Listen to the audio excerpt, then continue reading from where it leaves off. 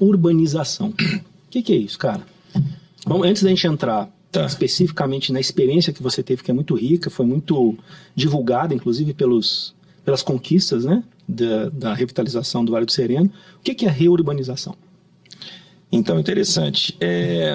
Eu acho até que a melhor forma de explicar isso é mostrando a diferença entre reurbanização e requalificação urbanística urbana.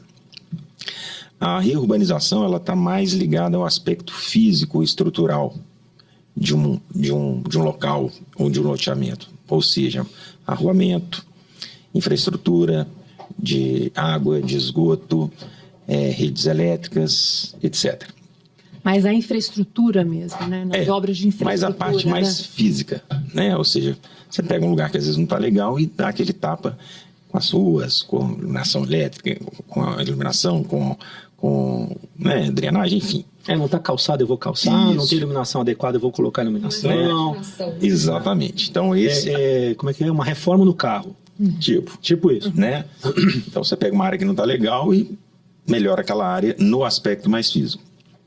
A requalificação urbanística, ela já tem um olhar mais humanizado. É uma visão mais ampla, mais holística, que tem como objetivo final não a melhoria física daquele espaço construído, mas a melhoria da qualidade de vida de quem vai viver e conviver com aquele espaço. Então, o projeto do Vale do Sereno, ele é interessante porque ele teve um momento, mais ou menos há 10 anos atrás, por volta de 2010, que o Vale do Sereno ele é um projeto, é um loteamento bastante antigo, 40 anos, não sei, mais ou menos, que há em torno de 10, 15 anos atrás, um consórcio de construtoras fez a reurbanização dele, com arruamento de qualidade, o cabeamento subterrâneo, toda a iluminação lá é cabeamento subterrâneo, projeto de drenagem, etc.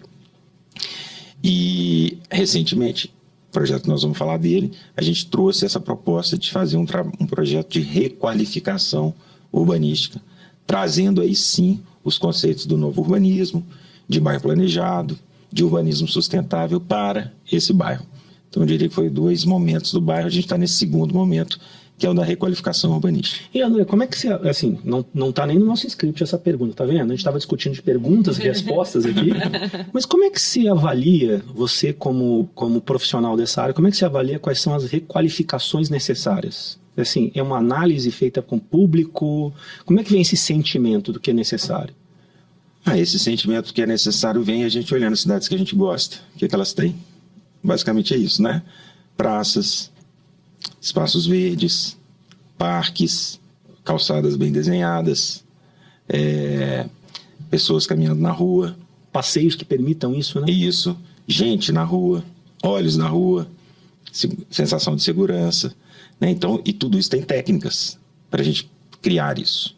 Então a gente consegue olhar um lugar, é lógico que quando isso parte do zero é mais fácil, né? A gente vai falar sobre isso, mas mesmo já um local já existindo, a gente pode trazer isso para ele. Né? Então, é isso. Né? Então, a requalificação urbanística é criar uma cidade para as pessoas. Basicamente é isso, é simples. Né? Como convencer os empreendedores. Né? Então, lá a gente tem grandes áreas verdes. Dentro desse projeto, depois a gente pode falar um pouco, tinha um projeto de um parque, tem um projeto de um parque. E uma das principais colocações que eu fazia é o seguinte: olha, o metro quadrado mais caro do planeta está em frente ao Central Park. Então, se a gente juntar essas APPs, que a gente pode falar disso depois, e criar ali um parque, e seu prédio estiver construído do lado desse prédio, desse parque, ele vai valorizar o metro quadrado. E fiz uma conta que o investimento, se a gente dividisse por todas as construtoras que estavam desenvolvendo projetos ali, ia ser pífio, perto da possibilidade de valorização. Então, esse foi o argumento que todos enxergaram de uma forma muito clara, porque era muito fácil de ver isso. E aí eu acho que esse foi o grande mérito do projeto, foi pegar, já tinham vários projetos, alguns construídos, alguns em fase de aprovação, cada um fazendo o seu prédio dentro do seu muro, o melhor possível, fiz tudo, mas sem esse olhar para fora do muro. E aí o projeto ele trouxe essa proposta, que foi aceita e que a gente está trabalhando ela há 3 anos. O grande desafio do empreendedor, claro que o empreendedor, incorporador e loteador estão dentro dessa análise, é a ansiedade no sentido de resultados de curto prazo.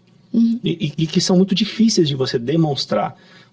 a cidade para as pessoas, sendo que isso não é tão tangível quando você está lançando um produto. Sim. Então você precisa que isso seja maturado, as pessoas precisam viver aquilo, para que efetivamente as pessoas, que exista a valorização imobiliária. Eu lembro que eu conversei, e eu não me recordo do nome, o que é um problema, assim, às vezes eu esqueço o nome das pessoas, mas eu conversei com um cara que fez o Belvedere, que desenhou o Belvedere, não me recordo o nome dele. Sinai. E ele falou um negócio, cara, que e ele é um gênio, né, cara? Sim. É um gênio, assim, eu entrei no escritório dele, tinha livro em inglês, em alemão, em japonês, japonês eu acho que não tinha, tá? Mas, assim, várias línguas, e eu falei, Sinai, você já leu tudo isso? Eu falei, cara, já li, já estudei, eu amo estudar. Ele falou, cara, quando eu desenhei o Belvedere, eu falei, aqui terão as ruas mais largas, com os passeios largos e com áreas públicas para as pessoas poderem caminhar. Todas as pessoas de Belo Horizonte virão para cá para fazer seus exercícios. E olha isso, cara. E as pessoas vão para lá, para quê? Para correr, para andar de bicicleta, para levar o filho para a pracinha. Então, quando um loteamento ele é feito, nós não estamos vendendo lote. Eu tenho defendido isso incansavelmente nas palestras que eu dou, nos podcasts. Nós não vendemos lote. O loteador tem que pensar no espaço público. Ele tem que pensar... as pessoas não estão nem aí pro tamanho do lote. Se é 250, se é 360, se é 400. Estão nem aí. O que elas querem? É o que você falou, são coisas simples. É caminhar na rua, encontrar as pessoas, segurança para meus filhos. É formação de comunidade mesmo. É o que se fala tanto hoje de comunidade planejada. Pedir açúcar emprestado pro vizinho, que ele é meu amigo. De verdade, o relacionamento dos meus filhos com os filhos do vizinho. É isso que as pessoas querem. Né? É o palco da vida. É o palco da vida, da convivência ali. Mas como, assim, você foi brilhante, cara, que você conseguiu trazer um olhar do que estas iniciativas trazem de resultado financeiro, que obviamente isso é que faz com que o empreendedor banque, né? Mas tem que ter um pouquinho de paciência, porque o cliente final ele só vai enxergar isso na hora que as coisas começarem efetivamente a serem implantadas, né? Essas iniciativas. Em parte. Em parte? Porque eu acho que tem uma frase que eu já vi que eu gosto assim, o que não é compreendido não é percebido. O que é não compreendido não é percebido. O que não é bem explicado, melhor. Né? E compreendido não é percebido. Então, claro que enquanto você não tem as entregas físicas, fica mais difícil de perceber essa qualidade ou essa... O quanto de valor está sendo entregue. Está sendo entregue. Mas ali a gente também trouxe o conceito ali de place branding, né? Que exatamente vai trabalhar esses intangíveis ou esse conceito que você está criando para aquele lugar, que esse sim pode ser percebido até mesmo antes de uma entrega física, né? Então, a gente tem trabalhado isso de uma forma bem interessante em termos de um Instagram que já começa a mostrar o que a gente está desenvolvendo. Qual que é o Instagram para as pessoas poderem ver? Chama @Novo Vale do Sereno. Novo Vale do Sereno. Vale com ele só? Com ele só. Tá. E tem um outro também interessante, que é o do parque, que está ao lado, que é um projeto paralelo, não pertence ao Vale do Sereno, mas parte dele está dentro do Vale do Sereno, que é o @Circuito Jardim das Águas. Então são dois projetos que conversam entre si, né? Porque um pedaço desse parque está dentro do Vale do Sereno, inclusive a etapa inicial do parque. Mas, então a gente trabalhou isso, que eu costumo inclusive repetir isso, é o seguinte, que um projeto bem feito, bem conceituado, bem apresentado e bem embalado, ele se vende até mesmo antes de ele estar concretizado. Bom, André, e na prática, a gente tem ali o Vila da Serra consolidado, com prédios altíssimos, né? Um adensamento muito grande, né? E eu vou ter do lado ali um bairro mais pensado, né?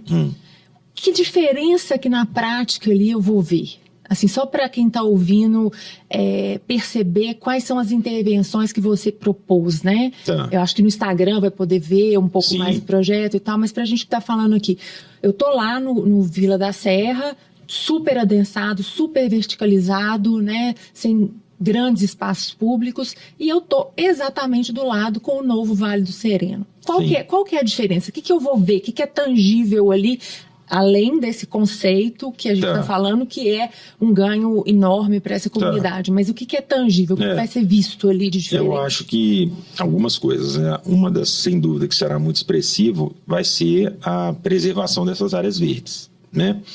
O Vila da Serra não tem nenhum ativo ambiental assim, você fala, poxa, tem um parque bacana. Não tem, né? Esqueceram disso. Um parque usável. Então.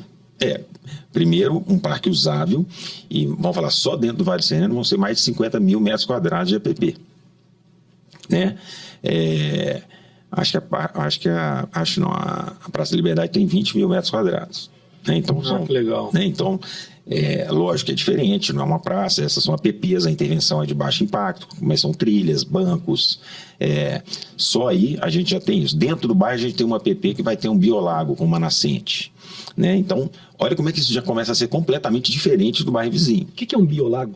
Um biolago é um lago biológico, né? Que você tem algumas características de aeração, etc. e tal, que aí ele vai produzir ali uma biodiversidade interessante nele. Então é um lago, vamos falar assim, mais ecológico. Legal. Né? Um laguinho, tá? Não é nada grande, mas vai ser um ponto de atração do bairro. Contemplação, com os banquinhos, etc. A gente vai ter 3 praças no bairro. Uma praça das crianças, uma praça mais focada, que está na divisa com Vila da Serra, mais focada para os jovens, com pista de skate, academia, as duas vão ter um pet place bem legal, e uma esplanada que é uma praça mais cultural que vai estar junto da igreja, onde vai ser o centro, diria, cultural e social assim, do bairro, para eventos, e tudo isso está conectado com essas APPs, que é o projeto do Parque Circuito Jardim das Águas que eu falei, que seria... Essas APPs, na verdade, elas começam no Vale do Sereno, mas pegam todos os bairros da região norte de Nova Lima, e a proposta é que cada um desses bairros tenha esses equipamentos públicos, essas praças, que sejam portais de entrada dentro das APPs e dentro dessas trilhas. Então, você vai sair de uma praça do Vale do Sereno, vai pegar uma trilha e vai caminhar até uma praça do bairro vizinho. Então, só aí a gente parte de um bairro que hoje não tem nenhum espaço público, para do lado dele ter um bairro que tem um parque, que hoje ele tem 50 mil metros quadrados, mas que em área total vai ter mais de 600 mil metros quadrados. Aí, fazendo uma outra comparação, o Parque Municipal tem 180 mil, né? No meio desses bairros, com várias praças e equipamentos públicos no entorno disso, criando esse grande ecossistema de lazer, cultural, ambiental, etc. Então, mais todas as questões de fachadas ativas, lojas em pontos específicos do bairro. Então, realmente, eu acho que ele vai ser um bairro onde as pessoas vão perceber uma diferença muito grande, apesar da verticalização, que eu não vejo, defendo, tá? Porque eu acho que o melhor jeito de crescer é para cima e não para os lados. Sem dúvida. Né? Obviamente, uma verticalização com qualidade e sempre conciliando o adensamento com a qualidade urbanística. O problema não é adensamento. Paris é muito mais adensado que Vila da Serra. Barcelona é muito mais adensado que Vila da Serra. Mas é um adensamento com qualidade. Passeios largos. A cada 2 quadras você tem uma praça, uma área verde, né? As fachadas ativas, enfim, uma série de princípios. Então, o problema não é o adensamento. O problema é o mau adensamento. Bom, teve um assunto que você bateu, eu acho que a gente podia explorar um pouquinho, que é o place branding. Tá. Assim, acho que seria legal. A gente já explorou isso aqui com outros convidados no Jornal do Loteamento, mas é sempre importante, acho, reforçar isso. Acho que seria legal você passar um pouquinho do conceito disso e como é que você está aplicando isso lá, na prática. Bom, o place branding, acho, de uma forma resumida, ele tem como grande foco identificar a vocação de um lugar e fazer um trabalho para potencializar essa vocação, para que ela seja percebida, né? E que lá no final você cria o quê? Um endereço de desejo, né? Porque quando você trabalha o place branding de lugar, assim como você trabalha o place branding de uma marca, né? O que você está querendo? Que a sua marca seja mais desejada que a do seu concorrente, né? Então, se você está falando de um lugar ou de um bairro, você quer que esse bairro passe a ser mais desejado que o concorrente dele. Ou seja, criar um endereço de desejo. Inclusive tem uma máxima do Place Brand que eu gosto muito, que fala que o produto é o endereço, o imóvel é o subproduto, né? E muitas vezes como aconteceu no Vila da Serra e estava acontecendo lá, sempre pensando no produto como um imóvel e esquecendo o que está do lado de fora, né? Então você olha, e o Place Brand ele tem esse olhar de entender que o grande potencial de diferenciação e valorização de um imóvel não está dentro dele, mas está do lado de fora dele. E um exemplo excelente para a gente entender isso é um apartamento de 40 anos de uso no Leblon, que não é X tudo, às vezes é X nada, não tem nem vaga de garagem, custa 40, 50 mil reais o metro quadrado, né? Não é o imóvel que custa isso, é aquele endereço. Então, esse é o olhar do Place Brand, é você perceber, é você olhar para fora e trabalhar aquele lugar, tanto nos aspectos tangíveis, de espaços construídos, espaços públicos, praças, parques, trilhas, etc., quanto nos aspectos intangíveis. De, por exemplo, o slogan que eu criei para lá é onde cidade e natureza se encontram, né? Isso é verdade. A gente está desconstruindo isso de uma forma muito forte, né? Ou seja, você realmente vai morar no 20º andar de um prédio, mas do lado da natureza. Você não precisa de ir lá para o condomínio afastado para estar próximo da natureza. Você pode trazer ela para... Né? Você pode ter ela muito pertinho da sua casa. Então, o Place Branding, ele tem muito, né, esse olhar de entender, de criar um endereço de desejo e de trabalhar esse potencial, que no caso, eu falei de vocação do Vale Sereno, sem dúvida, é o ativo ambiental, é a natureza que está ali. Então, a gente trouxe para o projeto esse ativo ambiental como grande diferencial do bairro, né? Qual bairro que tem aquele ativo ambiental com um nível de edificações e qualificação urbanística que vai ter ali, né? Em Belo Horizonte eu não conheço, nem na região metropolitana, e poucos no Brasil tem, né? Que são os mais planejados que a gente vê. E com um detalhe, ali nós estamos na franja da mancha urbana da capital, né? Ali a gente realmente pode falar que é um bairro planejado, porque um bairro planejado ele tem como característica estar dentro da malha urbana. Eu queria linkar um pouquinho muito com a experiência da Diana com essa formação de comunidades planejadas, né? Independente aí do Vale Sereno, a gente tem falado muito e batido muito na tecla do uso das associações, né? Queria que você falasse um pouquinho, Diana, dessa importância da associação para a gente também tirar essa resistência, né? Porque tem uma resistência da taxa, tem uma resistência de administração, que não precisa, etc. Mas não tem jeito de fazer o comum sem ter uma comunidade, e essa comunidade tem que ser estruturada de alguma forma, né? Chama-se hoje associação, mas poderia se chamar uma outra coisa, né? Minha prefeitura. Sei lá. Pois é, Raquel, eu acho que assim, primeiro vale a pena a gente só relembrar aqui, que foi até o tema do nosso podcast, o primeiro que eu participei aqui com vocês. Só um parênteses, eu acho que o pessoal do marketing podia já colocar agora um link, quem quiser assistir o que nós fizemos, né, Diana? Foi muito legal. Até pra gente otimizar aqui. O tema era condomínio de lotes e loteamento de acesso controlado, gente. Porque a gente fez aquela distinção, né, de cada tipo de empreendimento. Isso é muito importante ficar claro para o empreendedor, para o desenvolvedor, essa diferença do tipo do empreendimento. Porque assim como o André é o arquiteto do endereço, né, do desenvolvedor desse conceito, o advogado é o arquiteto das ferramentas jurídicas para viabilizar o convívio ali. Né, as regras ali de convivência, até a regra de quanto que vai ser a taxa, se a taxa vai ser subdividida pelo número de apartamentos, se vai ser pelo número de lotes, isso tudo está dentro do projeto arquitetônico jurídico, vamos dar esse nome, daquele bairro. E o que acontece? Como tem uma expressão que eu gosto muito, né? Enquanto o legislador, enquanto o mercado sobe de elevador, o legislador engatinha. Então, a lei não... Para cima ou para baixo? Pois é. E ainda tem essa questão, né? Mas você jogou a bola muito redonda para mim, cara. Né?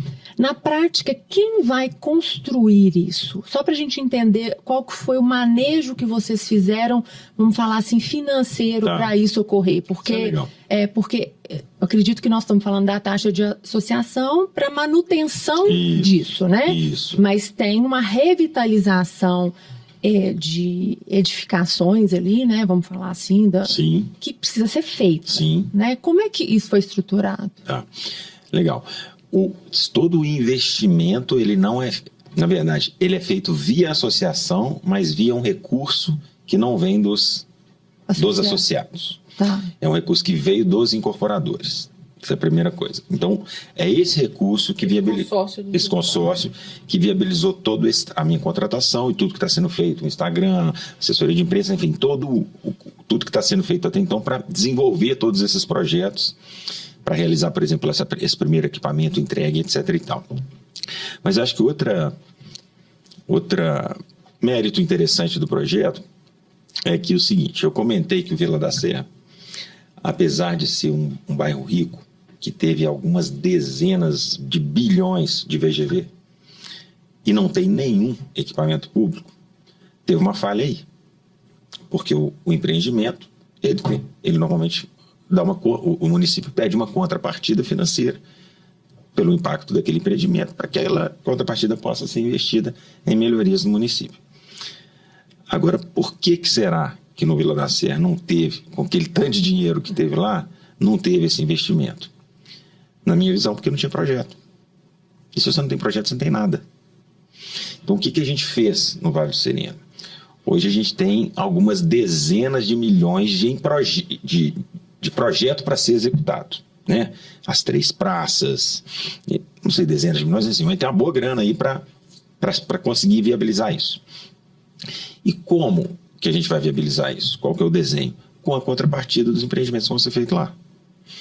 Legal. Mas aí quem impõe essa contrapartida é o município. É o município. Aí, então o município tem que estar bem a par desse projeto. Né? Aí é o outro aspecto importante do Place Branding, que ele tem esses 3 pilares. Um projeto de Place Branding exitoso, ele tem que ser exitoso, ele tem que ser abraçado pela iniciativa privada, pela comunidade e pelo poder público. É o que eu sempre costumo dizer, na minha visão, tá? O que falta não é dinheiro, o que falta é bom projeto. É isso aí. Se você tem um bom projeto, né, e obviamente faz tudo bonito, certinho, articula, enfim, né, né, da forma mais republicana possível, o dinheiro, ele está aí. Para mim, falta bons projetos para aplicar o recurso que está aí.